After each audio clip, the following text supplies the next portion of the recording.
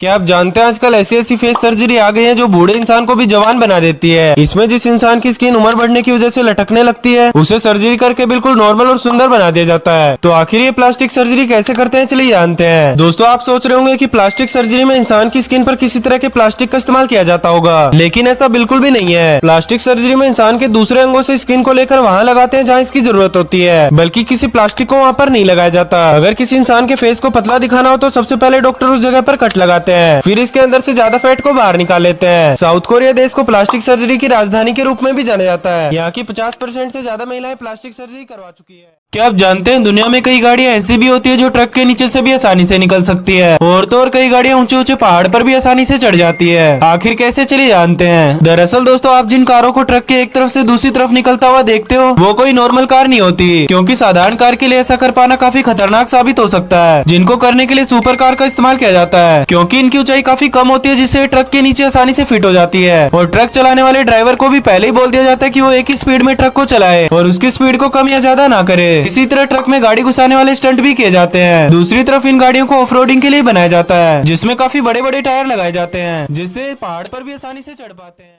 क्या आप जानते हैं काइट सर्फिंग करते समय अगर आपका थोड़ा सा भी ध्यान हटा तो आप आसपास के लोगों को भी घायल कर सकते हो। इस तरह की सर्फिंग में इंसान को पैरों में बोर्ड पहनाकर एक पतंग जैसे पैराशूट से बांध दिया जाता है। जब हवा चलती है तो ये पैराशूट आपको अपनी तरफ खींचता है, जिससे आप आसानी से पानी पर तैरने लगते हो। लेकिन जब तेज हवा चलती है तो ये पतंग आपको आसमान की ऊंचाइयों पर ले जाएगी। कई बार तो ये लोग काइट सर्फिंग करते हुए बड़े बड़े क्रूज शिप के ऊपर से भी निकल जाते हैं, लेकिन इसको करते समय हमेशा बोर्ड पर ग्रिप बनाए रखे, नहीं तो इसके छूटने के बाद आप पानी पर नहीं तैर पाओगे और कुछ इस तरह गिर जाओगे। कभी कभी तो लोग इससे जमीन पर भी घिसटने लगते हैं, जिससे इनको गंभीर चोटें जाती है। और तो और ये काइट सर्फिंग कुछ इस तरह के पंखों से भी की जा सकती है। इनका फैलाव 3 मीटर से भी ज्यादा होता है, और जब हवा इनसे टकराती है तो आप उड़ने लगते हो। ट्रेन में सफर करते समय ये 3 गलतियां कभी मत करना, नहीं तो आपको अपनी जान भी गंवानी पड़ सकती है। चलिए जानते हैं। सबसे पहला, कभी भी आपको ट्रेन के 2 डिब्बों के बीच में जॉइंट वाली जगह पर नहीं खड़े होना चाहिए। ये रास्ता एक डिब्बे से दूसरे डिब्बे में जाने के लिए तो होता है, लेकिन ये चलती ट्रेन के साथ साथ हिलता रहता है। इनके बीच में लगे रबड़ के फॉर्म की वजह से लोग इससे सहारा लेकर बैठना काफी पसंद करते हैं, लेकिन ये इनकी आखिरी गलती भी हो सकती है, क्योंकि कई बार तो डब्बों के बीच की कपलिंग खुलने से अलग अलग भी हो जाते हैं। ऐसे में यहाँ खड़ा इंसान सीधा पटरियों पर जाकर गिरेगा। दूसरा, ट्रेन की छत पर बैठकर कभी यात्रा ना करें, क्योंकि आजकल की सभी ट्रेनें इलेक्ट्रिक हो चुकी है, जिसके ऊपर हजारों वोल्ट के तार लगे होते हैं। तीसरा, दरवाजे पर खड़े होकर चलती ट्रेन से नहीं उतरना चाहिए, क्योंकि इससे गिरने के चांस सबसे ज्यादा होते हैं।